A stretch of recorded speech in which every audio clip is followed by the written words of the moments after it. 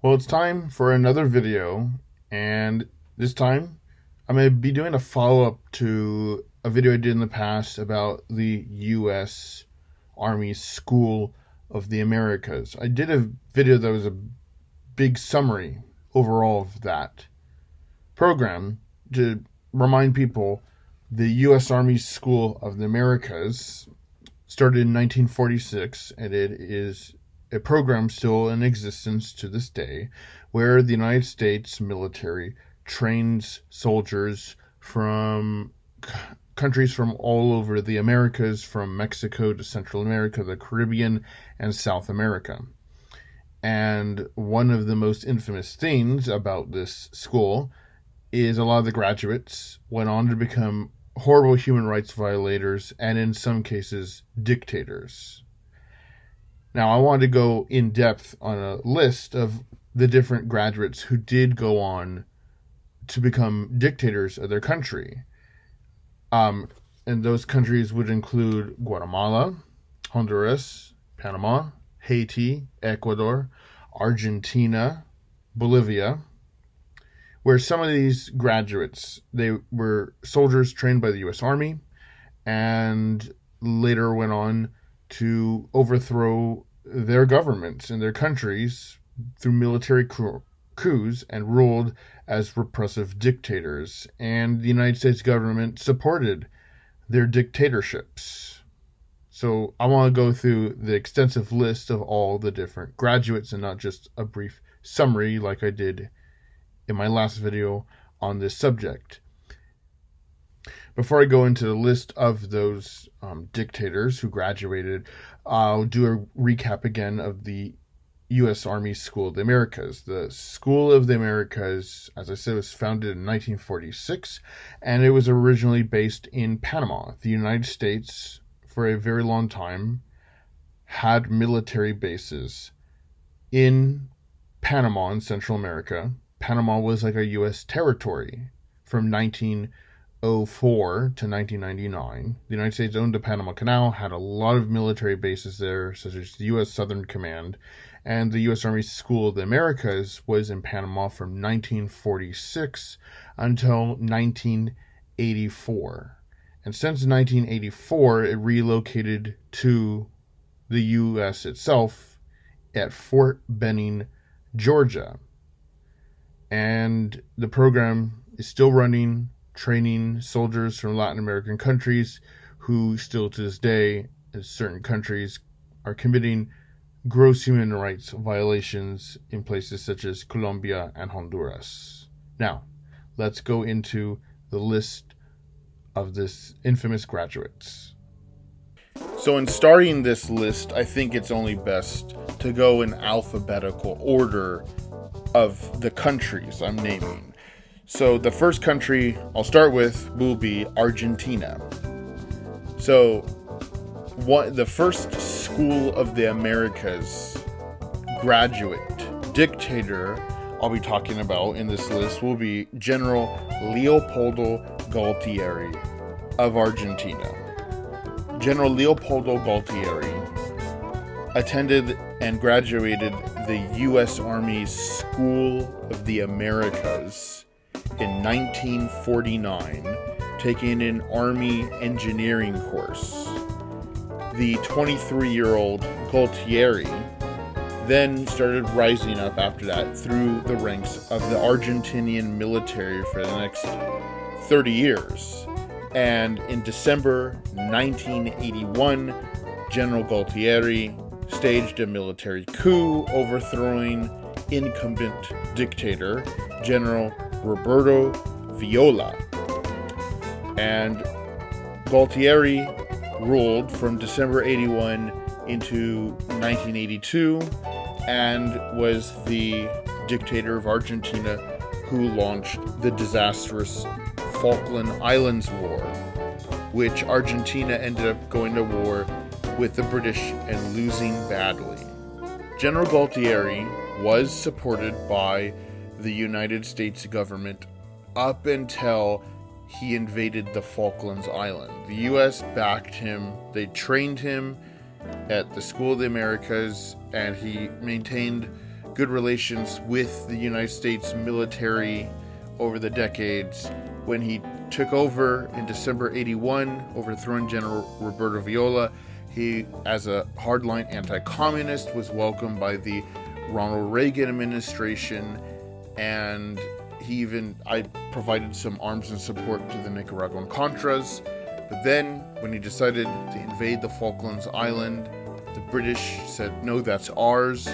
They sent their fleets and troops to the Falklands Island and defeated the Argentinians. The United States abandoned Argentina and Galtieri, and he was a huge embarrassment. After the Argentinians lost the war, General Galtieri was ousted himself in a coup by the rest of the Argentinian military as a failure. Now, the next dictator I'll be discussing is Bolivia's General Hugo Banzer. General Hugo Banzer. He graduated from the School of the Americas in 1956. And 15 years later, in 1971, he took over Bolivia in a forced military takeover coup and ruled from 1971 to 1978. And his dictatorship from 71 to 78 was supported by the United States government. During those 7 years, the U.S. government fully recognized his dictatorship. They backed him. They provided aid and so forth to him, and he took part in Operation Condor during the 70s, until he was forced out of power by others in the Bolivian military in 1978. And in a weird twist of fate, he later became president of Bolivia again as a retired general from 1997 until 2001. Continuing in alphabetical order is now Ecuador. General Guillermo Rodriguez Lara. General Guillermo Rodriguez, not to be confused with the Guillermo Rodriguez from the Jimmy Kimmel Show. Guillermo Rodriguez was a 3-time graduate from the U.S. Army School of the Americas from Ecuador. He graduated from the program in 1961, 1966, and 1967.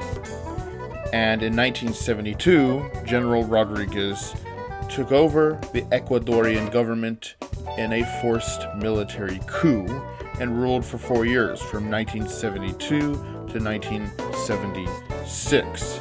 And he was an ally of the United States government during his 4 years in power. The Richard Nixon administration worked with him and supported him and didn't try to pressure him out of power or anything. General Rodriguez ended up being forced out of power himself in a coup in 1976. To this day, he is still alive. Rodriguez is now a 98-year-old man and still alive as of making this video.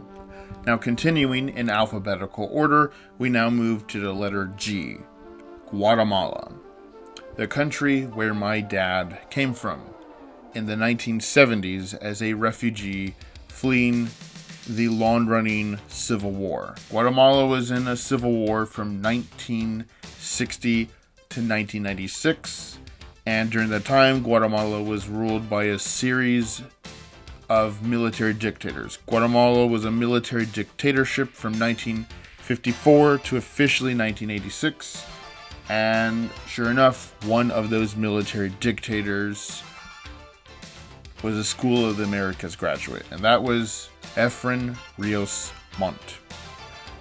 Efrain Rios Montt went to the School of the Americas and graduated in 1950.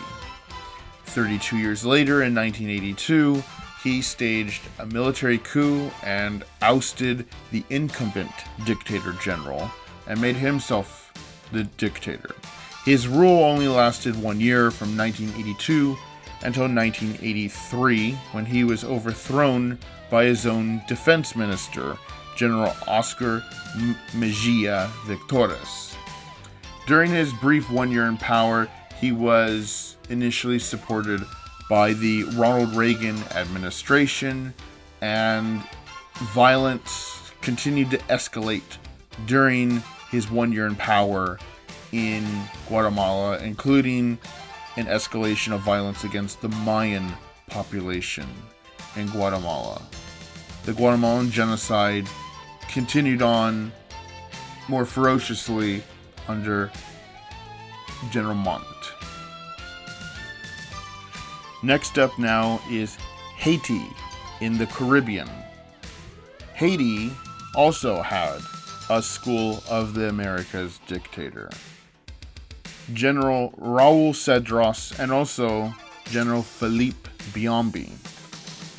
General Raoul Cedras was the military dictator of Haiti from 1991 until 1994.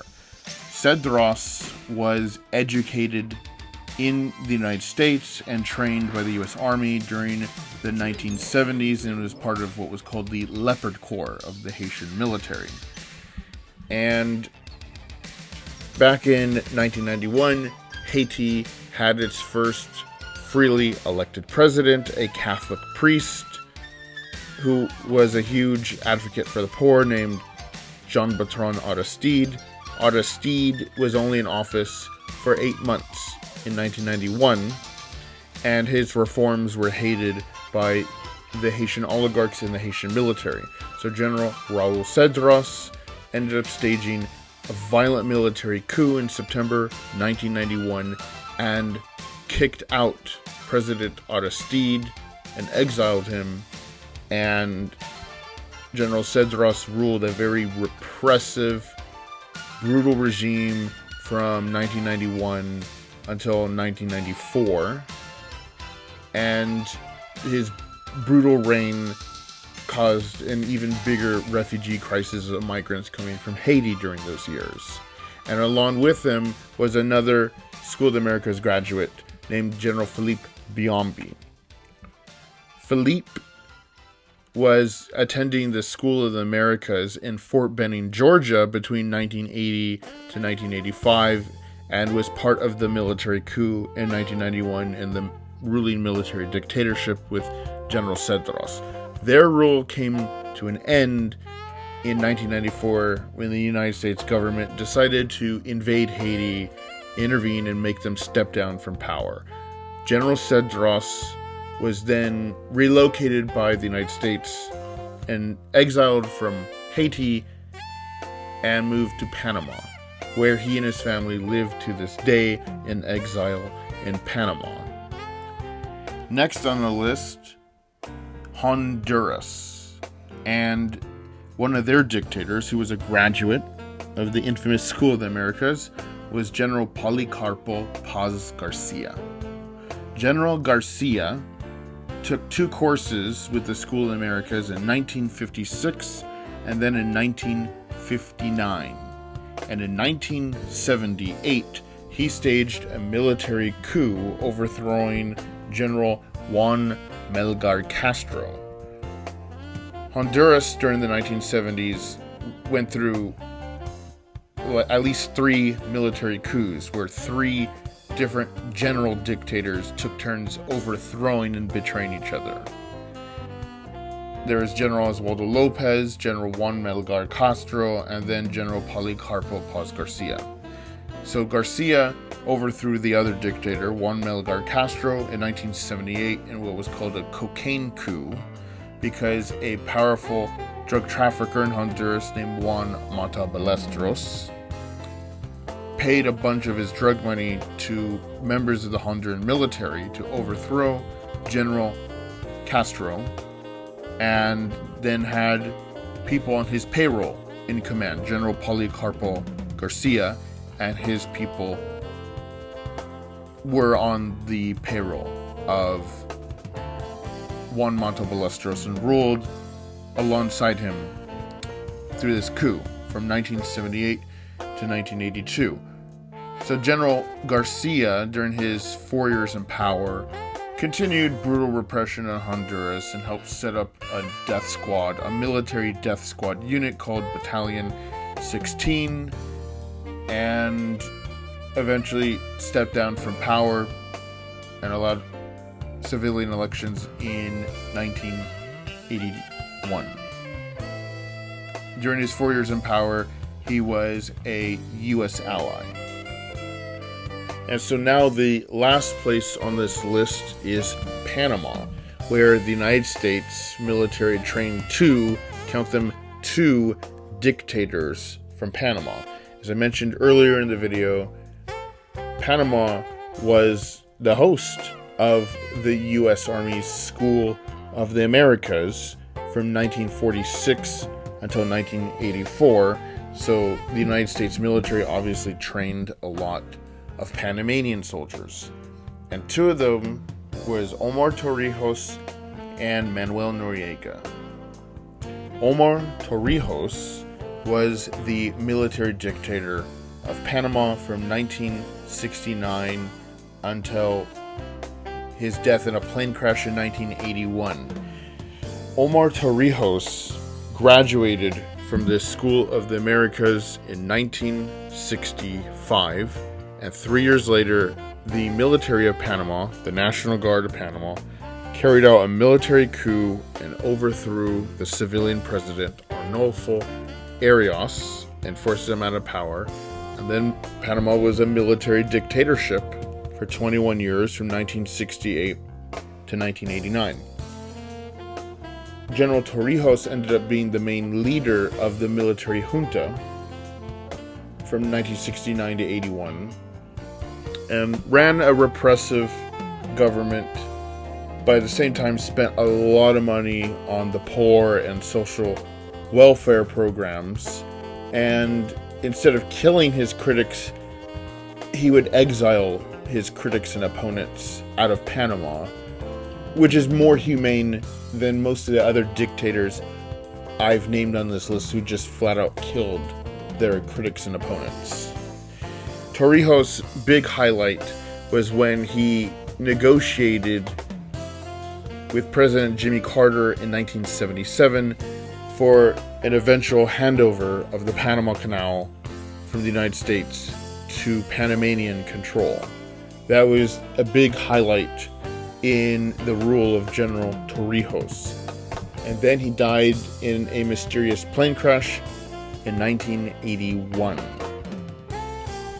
And then that leads us to the infamous General Manuel Antonio Noriega.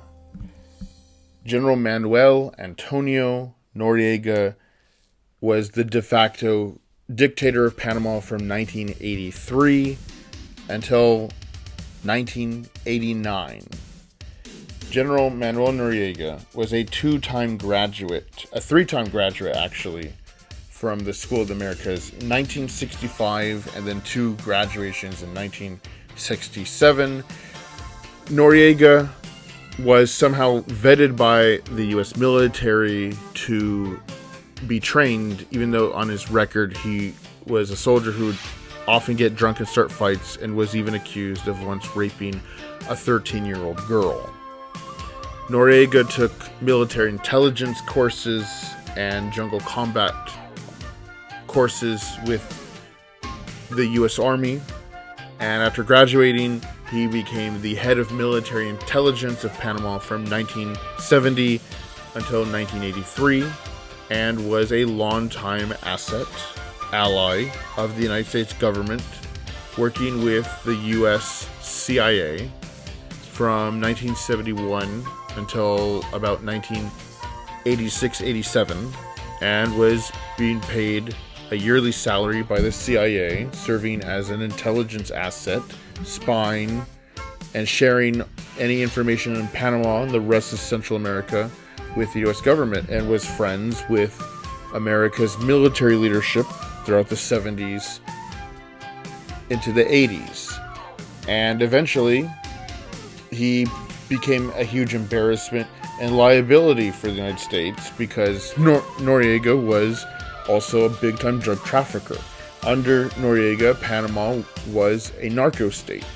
During the 1980s, he and the rest of the military regime were very involved in cocaine smuggling, helping cocaine from Colombia being trafficked through Panama on the way to the United States.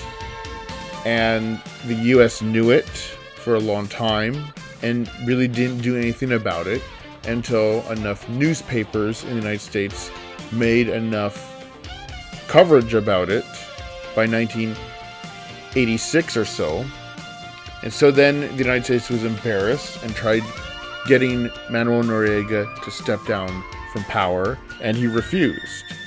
And tensions got so bad to the point by December 1989, clashes that broke out between the Panamanian soldiers and the US soldiers stationed in Panama resulted in the United States carrying out an all-out military invasion of Panama and overthrowing General Noriega, taking him as a prisoner of war and bringing him on trial in the United States for the drug trafficking crimes. And it was a huge embarrassment for the United States, pretty much blatantly exposing just how dirty and double-minded and hypocritical American politics and foreign policy is. Working with dictators and then going against them once they're no longer useful or too much of a liability. Noriega was obviously the most blatant and infamous of this list. Now, what I want to say in conclusion to this video is some of these countries that were victims of these School of the America graduate dictators have, over the years, ended their relationship with the U.S. Army School of the Americas. Argentina, Bolivia, Ecuador, Nicaragua, Costa Rica, and Venezuela are countries that no longer send any of their soldiers to be trained by the U.S. military anymore.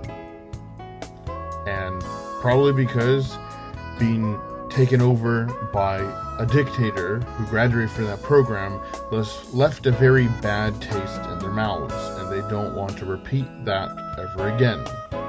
And so the United States has lost some of those countries as part of the program. Probably you will see in coming years more countries in South America probably ending the relationship as well. Now remember, this list only talked about the dictators who graduated. There is such a long list that I would not have time to make a whole video on, of all the different military personnel who didn't become dictators but went on to commit horrible and oftentimes war crimes in some of the civil wars that happened in Latin America. And some soldiers that are still committing human rights violations to this day. That's just too long of a list, so I just wanted to just focus on the ones who went on to become dictators of their countries. Hope you learned a lot from this video, and it's still relevant to this day.